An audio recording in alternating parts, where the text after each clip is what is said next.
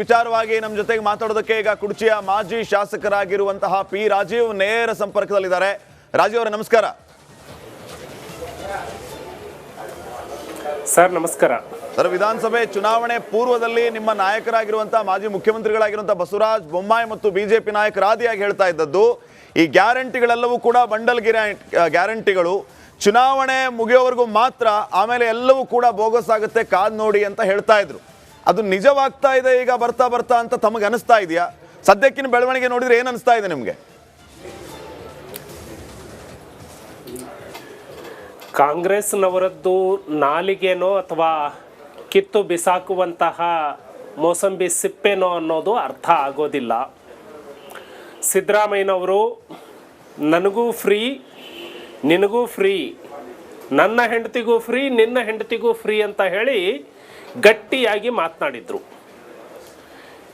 ಈಗ ಗ್ಯಾರಂಟಿಗೆ ಹಣವನ್ನು ಹೊಂದಿಸಲಿಕ್ಕೆ ಆಗಲಾರದೆ ಎಲ್ಲ ರೀತಿಯ ಬೆಲೆಗಳನ್ನು ಏರಿಸ್ಕೊಂಡು ಈಗ ಗ್ಯಾರಂಟಿಯನ್ನು ನಿಲ್ಲಿಸೋದ್ರ ಬಗ್ಗೆ ಸ್ವತಃ ಸಿದ್ದರಾಮಯ್ಯನವರೇ ತಮ್ಮ ಸಚಿವ ಸಂಪುಟದ ಸಹೋದ್ಯೋಗಿಗಳಿಗೆ ಹೇಳಿ ಮಾತಾಡಲಿಕ್ಕೆ ಅವರನ್ನು ಎತ್ತಿ ಕಟ್ಟಿದ್ದಾರೆ. ಸೊ ಹಾಗಾಗಿ ನಾವು ಒತ್ತಾಯವನ್ನು ಮಾಡುವಂಥದ್ದು, ಈ ಸರ್ಕಾರ ತನ್ನ ಮಾತಿನ ಮೇಲೆ ತನಗೆ ಬದ್ಧತೆ ಇರೋದಾದರೆ ತಾವು ಏನು ಹೇಳಿದ್ರು ಆ ರೀತಿ ನಡೆದುಕೊಳ್ಳಬೇಕು. ಚುನಾವಣೆಗೆ ವೋಟ್ ಹಾಕಿದ ಮರುದಿನದಿಂದ ಇಲ್ಲಿಯವರೆಗೆ ಗೃಹಲಕ್ಷ್ಮಿ ಒಬ್ಬರ ಅಕೌಂಟ್ಗೂ ಕೂಡ ಬಿಡುಗಡೆ ಆಗಿಲ್ಲ. ಹಾಗಿದ್ರೆ ಕಾಂಗ್ರೆಸ್ಸಿನ ಧೋರಣೆ ಏನು? ಚುನಾವಣೆಯನ್ನ ಗೆಲ್ಲುವಂಥದ್ದು ದೃಷ್ಟಿಯಲ್ಲಿ ಇಟ್ಕೊಂಡು ಜನರಿಗೆ ಮಂಕುಬೂದಿಯನ್ನ ಎರಚುವಂತಹ ಕೆಲಸವನ್ನ ಮಾಡಿದ್ರು. ಅವತ್ತು ನಮ್ಮ ನಾಯಕರು ಹೇಳಿದರು, ಇದು ಚುನಾವಣೆಯಾಗಬೇಕು, ಇದು ಬಂಡಲ್ ಗ್ಯಾರಂಟಿ, ಇದು ಬಹಳ ದಿನ ನಡೆಯೋದಿಲ್ಲ ಅಂತ ಹೇಳಿ. ಇವತ್ತು ಈ ರಾಜ್ಯ ಸರ್ಕಾರ ಸುಮಾರು 10-12 ಬಾರಿ ನಾನು ಬಜೆಟನ್ನು ಮಂಡಿಸಿದ್ದೀನಿ ಅಂತೇಳಿ ಹೇಳ್ಕೊಳ್ಳುವಂತಹ ಸಿದ್ದರಾಮಯ್ಯನವರು ಅವತ್ತು ಇವರಿಗೆ ಗೊತ್ತಾಗಿರ್ಲಿಲ್ವಾ? ರಾಜವರೇ, ಆರಂಭದಲ್ಲಿ ಒಂದು ವಿಚಾರವನ್ನ ಪ್ರಸ್ತಾಪ ಮಾಡಿದ್ರಿ. ಮೊದಲು ಈ ಸಿದ್ದರಾಮಯ್ಯ ಅಂಡ್ ಗ್ಯಾಂಗ್ ಏನಿದೆ 3 ವಿಚಾರಗಳಲ್ಲಿ ಅಥವಾ 5 ವಿಚಾರಗಳಲ್ಲಿ ಫ್ರೀ ಫ್ರೀ ಫ್ರೀ ಅಂತ ಹೇಳಿದವರು ಈಗ ನಿಧಾನಕ್ಕೆ ಒಂದೊಂದೇ ಮಾನದಂಡಗಳನ್ನು ತರ್ತಾ ಇದ್ದಾರೆ ಅಂತ. ಇಲ್ಲಿ ಮುಖ್ಯವಾಗಿ 3 ವಿಚಾರಗಳ ಬಗ್ಗೆ ನಾವು ಫೋಕಸ್ ಮಾಡಬೇಕು. ಒಂದೇದು ಗ್ಯಾರಂಟಿಗಳಿಗೆ BPL ಮಾನದಂಡ, ಅದಾದ ನಂತರ ಷರತ್ತುಗಳು ಅನ್ವಯ. ಈ ಎರಡಕ್ಕಿಂತ ಮುಖ್ಯವಾಗಿ ಬಹುತೇಕ ಸಚಿವರು ಗ್ಯಾರಂಟಿಗಳನ್ನ ಪರಿಷ್ಕರಣೆ ಮಾಡಬೇಕು ಅಂತ ಹೇಳ್ತಾ ಇರೋದು. ಇದು ಏನನ್ನ ಸೂಚಿಸುತ್ತೆ? ಸರ್ಕಾರದ ಉದ್ದೇಶ ಏನು ಅಂತ? ಮೊದಲನೇದಾಗಿ ಈ ಸರ್ಕಾರ ಜನರ ತಲೆ ಮೇಲೆ ಚಪ್ಪಡಿ ಕಲ್ಲು ಎಳೆಯುವಂತಹ ಕೆಲಸವನ್ನು ಈಗಾಗಲೇ ಮಾಡಿದೆ. ಹಾಲಿನ ಬೆಲೆ ಏರಿಕೆ ಆಗಿದೆ, ವಿದ್ಯುತ್ ದರ ಏರಿಕೆ ಆಗಿದೆ, ಸಾರಿಗೆ ದರ ಬೆಲೆ ಏರಿಕೆ ಆಗಿದೆ, ಪೆಟ್ರೋಲ್ ಡೀಸೆಲ್ ಬೆಲೆಯನ್ನು ಏರಿಕೆ ಮಾಡಿದ್ದಾರೆ, ಎಲ್ಲ ಅಗತ್ಯ ವಸ್ತುಗಳ ಬೆಲೆಯನ್ನು ಏರಿಕೆ ಮಾಡಿದ್ದಾರೆ. ಬಾಂಡ್ ಪೇಪರನ್ನು, ಸ್ಟಾಂಪ್ ಡ್ಯೂಟಿಯನ್ನು ಹೆಚ್ಚಿಗೆ ಮಾಡ್ಕೊಂಡು ಬಿಟ್ಟಿದ್ದಾರೆ. ಗ್ಯಾರಂಟಿಗೆ ಹಣವನ್ನು ಹೊಂದಿಸಬೇಕು ಅದಕ್ಕಾಗಿ ಅಂತ. ಗ್ಯಾರಂಟಿಗಳಿಗೆ ದುಡ್ಡು ಕೊಡೋದಕ್ಕೆ ದುಡ್ಡೇ ಇಲ್ವಾ ಅಂತ? ಈ ಸರ್ಕಾರ ಭ್ರಷ್ಟಾಚಾರದಲ್ಲಿ ಮುಳುಗಿದೆ.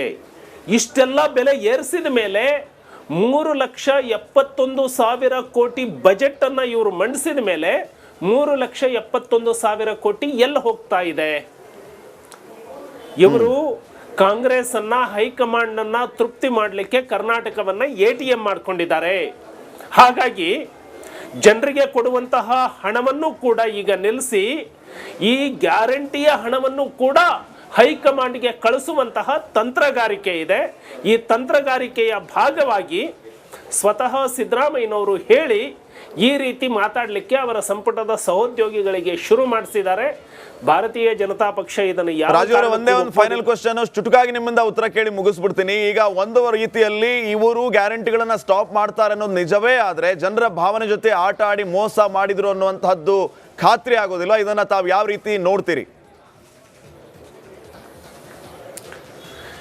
ಕಾಂಗ್ರೆಸ್ನವರಿಗೆ ಈಗಲೇ ಅರ್ಥ ಆಗಿದೆ, ನಾಳೆನೇ ಚುನಾವಣೆ ನಡೆದರೂ ಕೂಡ ಕಾಂಗ್ರೆಸ್ಸಿಗೆ ಜನರು ಮತವನ್ನು ಹಾಕೋದಿಲ್ಲ ಅನ್ನೋದು ಅರ್ಥ ಆಗಿದೆ.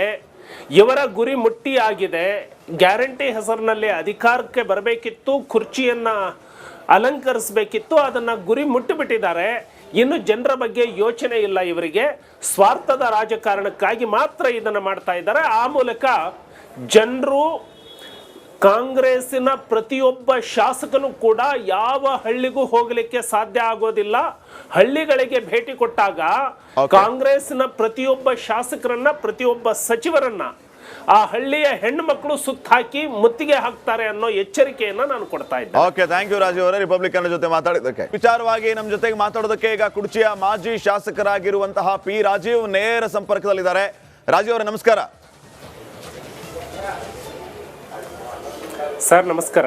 ಸರ್, ವಿಧಾನಸಭೆ ಚುನಾವಣೆ ಪೂರ್ವದಲ್ಲಿ ನಿಮ್ಮ ನಾಯಕರಾಗಿರುವಂತಹ ಮಾಜಿ ಮುಖ್ಯಮಂತ್ರಿಗಳಾಗಿರುವಂತಹ ಬಸವರಾಜ ಬೊಮ್ಮಾಯಿ ಮತ್ತು ಬಿಜೆಪಿ ನಾಯಕರಾದಿಯಾಗಿ ಹೇಳ್ತಾ ಇದ್ದದ್ದು, ಈ ಗ್ಯಾರಂಟಿಗಳೆಲ್ಲವೂ ಕೂಡ ಬಂಡಲ್ ಗ್ಯಾರಂಟಿಗಳು, ಚುನಾವಣೆ ಮುಗಿಯೋವರೆಗೂ ಮಾತ್ರ, ಆಮೇಲೆ ಎಲ್ಲವೂ ಕೂಡ ಬೋಗಸ್ ಆಗುತ್ತೆ, ಕಾದ್ ನೋಡಿ ಅಂತ ಹೇಳ್ತಾ ಇದ್ರು. ಅದು ನಿಜವಾಗ್ತಾ ಇದೆ ಈಗ ಬರ್ತಾ ಬರ್ತಾ ಅಂತ ತಮಗೆ ಅನಿಸ್ತಾ ಇದೆಯಾ? ಸದ್ಯಕ್ಕಿನ ಬೆಳವಣಿಗೆ ನೋಡಿದ್ರೆ ಏನ್ ಅನಿಸ್ತಾ ಇದೆ ನಿಮಗೆ? ಕಾಂಗ್ರೆಸ್ನವರದ್ದು ನಾಲಿಗೆನೋ ಅಥವಾ ಕಿತ್ತು ಬಿಸಾಕುವಂತಹ ಮೋಸಂಬಿ ಸಿಪ್ಪೆನೋ ಅನ್ನೋದು ಅರ್ಥ ಆಗೋದಿಲ್ಲ.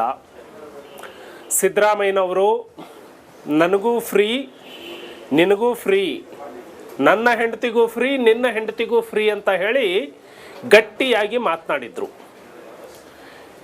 ಈಗ ಗ್ಯಾರಂಟಿಗೆ ಹಣವನ್ನು ಹೊಂದಿಸಲಿಕ್ಕೆ ಆಗಲಾರದೆ ಎಲ್ಲ ರೀತಿಯ ಬೆಲೆಗಳನ್ನು ಏರಿಸ್ಕೊಂಡು ಈಗ ಗ್ಯಾರಂಟಿಯನ್ನು ನಿಲ್ಲಿಸೋದ್ರ ಬಗ್ಗೆ ಸ್ವತಃ ಸಿದ್ದರಾಮಯ್ಯನವರೇ ತಮ್ಮ ಸಚಿವ ಸಂಪುಟದ ಸಹೋದ್ಯೋಗಿಗಳಿಗೆ ಹೇಳಿ ಮಾತಾಡಲಿಕ್ಕೆ ಅವರನ್ನು ಎತ್ತಿ ಕಟ್ಟಿದ್ದಾರೆ.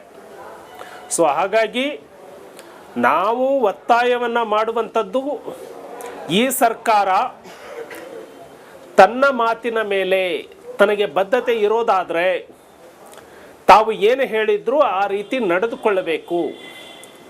ಚುನಾವಣೆಗೆ ವೋಟ್ ಹಾಕಿದ ಮರುದಿನದಿಂದ ಇಲ್ಲಿಯವರೆಗೆ ಗೃಹಲಕ್ಷ್ಮಿ ಒಬ್ಬರ ಅಕೌಂಟ್ಗೂ ಕೂಡ ಬಿಡುಗಡೆ ಆಗಿಲ್ಲ.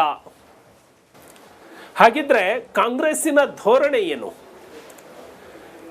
ಚುನಾವಣೆಯನ್ನ ಗೆಲ್ಲುವಂಥದ್ದು ದೃಷ್ಟಿಯಲ್ಲಿ ಇಟ್ಕೊಂಡು ಜನರಿಗೆ ಮಂಕುಬೂದಿಯನ್ನ ಎರಚುವಂತಹ ಕೆಲಸವನ್ನ ಮಾಡಿದ್ರು. ಅವತ್ತು ನಮ್ಮ ನಾಯಕರು ಹೇಳಿದರು, ಇದು ಚುನಾವಣೆಯ ಗಿಮಿಕ್, ಇದು ಬಂಡಲ್ ಗ್ಯಾರಂಟಿ, ಇದು ಬಹಳ ದಿನ ನಡೆಯೋದಿಲ್ಲ ಅಂತ ಹೇಳಿ. ಇವತ್ತು ಈ ರಾಜ್ಯ ಸರ್ಕಾರ ಸುಮಾರು 10-12 ಬಾರಿ ನಾನು ಬಜೆಟನ್ನು ಮಂಡಿಸಿದ್ದೀನಿ ಅಂತೇಳಿ ಹೇಳ್ಕೊಳ್ಳುವಂತಹ ಸಿದ್ದರಾಮಯ್ಯನವರು ಅವತ್ತು ಇವರಿಗೆ ಗೊತ್ತಾಗಿರ್ಲಿಲ್ವಾ? ರಾಜವರೇ, ಆರಂಭದಲ್ಲಿ ಒಂದು ವಿಚಾರವನ್ನ ಪ್ರಸ್ತಾಪ ಮಾಡಿದ್ರಿ. ಮೊದಲು ಈ ಸಿದ್ದರಾಮಯ್ಯ ಅಂಡ್ ಗ್ಯಾಂಗ್ ಏನಿದೆ, 3 ವಿಚಾರಗಳಲ್ಲಿ ಅಥವಾ 5 ವಿಚಾರಗಳಲ್ಲಿ ಫ್ರೀ ಫ್ರೀ ಫ್ರೀ ಅಂತ ಹೇಳಿದವರು ಈಗ ನಿಧಾನಕ್ಕೆ ಒಂದೊಂದೇ ಮಾನದಂಡಗಳನ್ನು ತರ್ತಾ ಇದ್ದಾರೆ ಅಂತ. ಇಲ್ಲಿ ಮುಖ್ಯವಾಗಿ 3 ವಿಚಾರಗಳ ಬಗ್ಗೆ ನಾವು ಫೋಕಸ್ ಮಾಡಬೇಕು. ಒಂದೇದು ಗ್ಯಾರಂಟಿಗಳಿಗೆ BPL ಮಾನದಂಡ, ಅದಾದ ನಂತರ ಷರತ್ತುಗಳು ಅನ್ವಯ. ಈ ಎರಡಕ್ಕಿಂತ ಮುಖ್ಯವಾಗಿ ಬಹುತೇಕ ಸಚಿವರು ಗ್ಯಾರಂಟಿಗಳನ್ನ ಪರಿಷ್ಕರಣೆ ಮಾಡಬೇಕು ಅಂತ ಹೇಳ್ತಾ ಇರೋದು. ಇದು ಏನನ್ನ ಸೂಚಿಸುತ್ತೆ? ಸರ್ಕಾರದ ಉದ್ದೇಶ ಏನು ಅಂತ? ಮೊದಲನೇದಾಗಿ ಈ ಸರ್ಕಾರ ಜನರ ತಲೆ ಮೇಲೆ ಚಪ್ಪಡಿ ಕಲ್ಲು ಎಳೆಯುವಂತಹ ಕೆಲಸವನ್ನು ಈಗಾಗಲೇ ಮಾಡಿದೆ.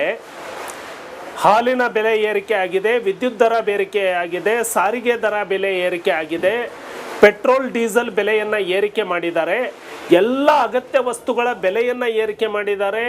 ಬಾಂಡ್ ಪೇಪರನ್ನು, ಸ್ಟಾಂಪ್ ಡ್ಯೂಟಿಯನ್ನು ಹೆಚ್ಚಿಗೆ ಮಾಡ್ಕೊಂಡು ಬಿಟ್ಟಿದ್ದಾರೆ.